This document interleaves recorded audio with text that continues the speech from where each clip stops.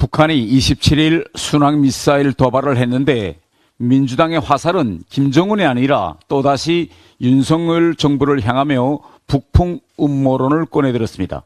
더러운 평화가 전쟁보다 낫다는 생각을 항상 가지고 있는 이재명 대표는 어제 민주당 최고위원회 회의에서 안보와 국민의 생명을 정권에 활용하겠다는 그런 못된 생각을 가지고 있는 것 아닌가라고 했고, 홍익표 원내대표도 북한의 충돌을 막을 최소한의 안전장치인 9.19 군사합의가 파기되면서 북한의 도발과 분쟁 가능성이 높아졌다며 북한이 도발해 윤석열 정부 책임론을 거론했습니다.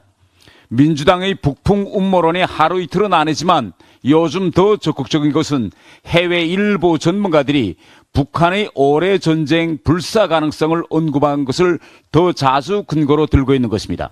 그런데 이번에 그와 반대되는 전문가들의 의견이 나왔습니다. 시드니 사일러 전 백악관 국가안보회의 한반도 국장은 북한군 태세 자체에 특이한 사항이 없는데 이게 중요하다며 전쟁 정냐라는 발언은 과장으로 여겨진다고 평가했습니다. 로버트 피터슨 헤리티지 재단 연구원 역시 북한에서 나오는 매우 공격적이고 폭력적인 언사는 5년 전이나 20년 전이나 25년 전이나 달라진 게 별로 없다며 전쟁 임박설에 선을 그었습니다. 지금 김정은은 대외적으로 미사일 도발 횟수를 늘리면서 당장 전쟁을 일으킬 것처럼 위기를 조성하고 있으나 실제 북한의 내부 상황은 농사 준비에 바쁘고 휴전선 일대 군 부대들이 지방 공장 건설장으로 이동 중에 있습니다. 만일 진짜 당장 전쟁을 일으키려 한다면 평양에서 주민들이 100m 깊이의 지하철로 대피하는 대피 훈련도 진행하고 저녁마다 야간 공습 훈련도 해야겠는데 통상 진행하던 예비역 동기 훈련도 진행하지 않고 있습니다. 2010년 연평도 포격 때 전 세계가 연평도에서 싸움이 일어났다고 떠들었으나 당시 저는 평양에 있으면서 며칠 동안 연평도에서 싸움이 일어난지도 몰랐습니다. 2013년 김정은은 북한의 전쟁을 일으킬 것처럼 보이게 하려고 평양 주재 외국 대사관들의 당장 전쟁이 일어나니 본국으로 빨리 철수할 것을 요구했으나 오히려 서방 대사관들은 철수 요구를 단칼에 거절했습니다. 외부에서 전쟁 임박설을 떠드는 것과 달리 현지에서 평양 시민들의 동선을 보니 허세라는 것이 명백했기 때문입니다. 만일 북한이 올해에 전쟁을 일으킬 준비를 하고 있다면 포탄과 미사일을 실은 수백 개의 컨테이너를 실은 배를 사흘에 한 번을 꼴로 러시아에 보내지 않을 것입니다. 북한이 총선용 군사적 도발에 속아 전쟁 위기설을 퍼뜨려 국민을 불안하게 만드는 것이야말로 김정은의 의도에 넘어가는 것입니다. 진정한 전쟁 방지와 예방은 북한의 전쟁을 일으킬 엄두를 내지 못하게 철저한 대비를 하는 것이지 전쟁 위기설을 퍼뜨려 국민을 불안하게 하는 것이 아닙니다. 민주당은 총선을 앞둔 북풍 음모론 재탕, 삼탕을 부디 그만하시기를 바랍니다. 예, 지난 1월 29일 그저께죠. 문재인 정권 때 임명된 송두환 국가인권위원장이 이태원 특별법 통과 환영과 조속한 공포를 희망한다고 밝혔습니다. 김정은 정권 아래 점점 더 열악해지는 참혹한 북한 인권에 대해서는 나몰라라 하면서 한마디도 못하면서 국론 분열에 앞장서는 모습에 참 기가 찰 노릇입니다. 합의 절차를 무시하고 야당이 일방적으로 통과시킨 이태원 특별법은 우리 국민의 안타까운 죽음마저 정정하려는 악랄한 시도에 불과합니다. 국민의힘은 유가족과 피해자의 실효적 지원을 강조했지만 무소불위의 다수 야당은 야당의 홍위병 노릇을 할 무소불위의 특조위 신설을 밀어붙였습니다. 사고 이후 야당 주도로 55일간 국정조사를 진행했지 않습니까? 500여 명 인력의 관련 조사와 수사에 투입돼 관련자들이 재판 중에 있습니다. 그런데 뭡니까? 11명 중 7명을 야당 추천으로 특조위를 구성해서 또 조사하자고 합니다.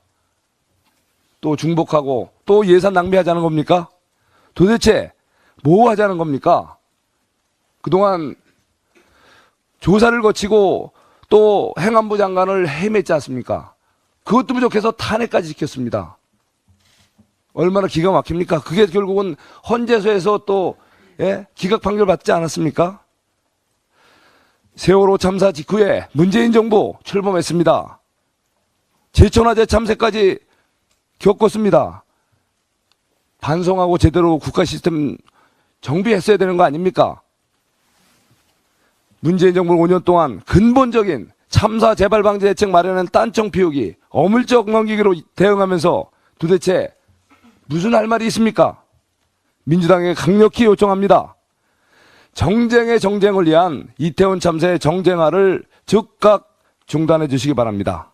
문재인 정부 5년간 대한민국의 안전을 팽개치고 그동안 우리 사회가 근본적인 대책 마련에 소홀했던 부분 정말 반성해야 합니다.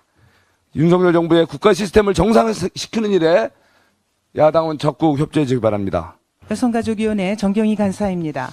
사단법인 양육비 해결 총연합회 회원들이 지난주부터 국회 정문 앞에서 양육비 이행 관련법을 조속히 심의 의결해달라고 시위를 이어가고 있습니다. 이분들은 지난주 그 매서운 추위 속에서도 이른 아침부터 저녁까지 농성을 이어오셨습니다. 이들 중에는 멀리 부산에서 새벽 기차를 타고 올라와서 농성에 참여하는 분도 계십니다. 대부분이 이혼한 배우자들, 즉 비양육자들에게서 자녀들의 양육비를 받지 못해 어려운 형편에 있는 분들입니다. 여성가족부의 2021년 한부모 가족 실태조사에 따르면 한부모 가족의 80.7%가 비양육자로부터 양육비를 받지 못하고 있으며 그중에서 72.1%는 단 한 번도 양육비를 받은 적이 없다고 합니다. 통계청 추산에 따르면 국내 한부모 가구는 약 151만 가구로 한부모 가구의 빈곤율이 일반 가구에 비해 절대적으로 높다는 점을 감안할 때 이는 최소 100만여 명의 아동의 생존권이 위태롭다는 뜻이기도 합니다. 양육비 이행은 선택이 아닌 의무입니다. 따라서 비양육자가 자신의 용돈, 품위유지비, 노후 대비 등에는 돈을 쓰면서도 양육비를 주지 않는 것은 아동의 생존권을 위협하는 경제적 학대입니다. 상대방이 양육비를 주지 않을 경우 법을 통해 양육비를 받아내려면 추심 소송 등 복잡한 절차를 거쳐야 하기 때문에 많은 사람들이 양육비 받기를 포기하고 있습니다. 그렇기 때문에 양육비 이행관리원을 독립시켜 그 권한을 강화하고 채무자의 동의 없이도 재산과 소득을 조회하며 법원의 이행명령 및 감치명령 후 제재조치 절차를 간소화하는 등 시급한 과제가 한둘이 아닙니다. 다행히 양육비 이행법 개정안은 여야 간 쟁점이 거의 없는 법안입니다. 그러므로 이 자리를 빌려 더불어민주당에 촉구합니다. 현재 국회 여성가족위원회에 계류 중인 양육비 이행 관련 법안을 원포인트 법안 소위를 열어서라도 하루빨리 심의합시다. 더불어민주당이 개최에 동의한다면 이 원포인트 법안 소위는 최소 100만여 명의 아동의 생존권을 보장하는 출발점이 될 것입니다. 가방이 간사 박승중 의원입니다. JTBC 배추 오르게 자막 조작 실수라고 어물쩍 넘길 수 없다는 것을 강력히 경고하는 바입니다. 가짜뉴스를 악의적으로 확대 재생산하는 민주당과 좌편향 세력들도 이제는 엄단해야 할 때입니다. 지난주 25일 목요일 날 JTBC는 윤석열 대통령이 의정부 제1시장을 찾아가 상인들에게 정부는 여러분 매출 오르게 많이 힘 좀 쓰겠습니다라고 격려 말씀하신 것에 대해서 배추 오르게 많이 힘 좀 쓰겠습니다라고 말한 것처럼 자막을 교묘히 조작했습니다. 이 문제에 대해서 저와 당의 미디어 법률당 등이 법적 대응과 비판 성명을 내자 그제서야 JTBC는 28일 일요일 저녁에 현장음과 섞인 발언을 옮기는 과정에서 담당자의 실수가 있었다고 사과 입장을 밝혔습니다. 하지만 사과 방송 하나로 이 문제를 어물쩍 넘길 수는 없습니다. 해당 영상 직전에 채소 가게 장면, 방문 장면을 넣으며 배추 물가 걱정도 하고 라는 자막을 끼워 넣었기 때문에 의도적으로 민심을 자극하는 소재를 기획한 것으로 볼 수밖에 없습니다. 또한 JTBC가 이 영상을 올린 25일 이후 28일까지 약 3일간 아무런 입장을 밝히지 않고 있다가 온라인에 허위사실이 일파만파 퍼지는 것을 보고 나서야 단순 담당자의 실수라고 사과방송을 했다는 점도 주목해야 합니다. JTBC는 지난 대선에서도 뉴스타파의 윤커피 신앙님 녹취록 공작 보도를 그대로 인용해서 여론에 영향을 미쳤기 때문에 이 같은 조작에 대해서 절대 관용을 베풀어서는 안 됩니다. 특히 이러한 선거 조작은 메이저 언론이 1차적으로 가짜뉴스를 기획하고 2차로 민주당과 좌편향 오피니언이 가담하고 3차로 페이스북, 유튜브, 각종 커뮤니티 등의 조작 정보를 확대 재생산하는 전형적인 좌파 세력들의 치고 빠지기 전략입니다. 실제로 다수의 온라인 커뮤니티에서 JTBC의 조작 정보가 걷잡을 수 없이 퍼지고 있으며 특히 민주당의 김용민 의원, 하흥기 전 민주당 상근 부대변인, 김재현 전 통합진보당 의원 등은 의도적으로 조작 정보를 퍼뜨리고 있습니다. 이런 허위 왜곡 정보를 악용한 선거 조작 행위는 JTBC뿐만 아니라 자막 조작을 자행하는 노영방송 MBC, 대선 공작을 저지른 뉴스타파, 민노총 기관지 미디어오늘 등이 취재 보도 준칙을 무시한 채 민주당과 민노총 언론노조의 홍보팀 역할을 하고 있는 것에서 비롯되고 있습니다. 이에 이들이 실수를 가장해 상습적으로 자행하는 정치 공작에 대해서 방통위, 방심위, 중앙선관위 등의 관계기관은 총선까지 가짜뉴스에 대한 특별 단속을 하고 공직선거법, 정보통신망법, 선거방송심의규정, 정보통신심의규정 등으로 심판해서 법이 살아있다는 것을 보여줘야 할 것입니다. 다시 한번 말씀드리면 이들이 실수를 가장해 상습적으로 자행하는 정치 공작에 대해서 방통위, 방심위, 중앙선관위 등의 관계기관이 총선까지 가짜뉴스에 대한 특별 단속을 하고 공직선거법, 정보통신망법, 선거방송심의규정, 정보통신심의규정 등으로 심판해서 법이 살아있다는 것을 보여줘야 할 것입니다. 또한 포털 네이버, 카카오, 구글, 유튜브 등의 사업자들도 민주주의를 훼손하는 가짜뉴스가 더 이상 확산되지 않도록 조치할 것을 강력히 경고하는 바입니다. 이상입니다. 국방위원회 임병헌 의원입니다. 김정은 정권의 군사적 위협이 갈수록 심화되고 있습니다.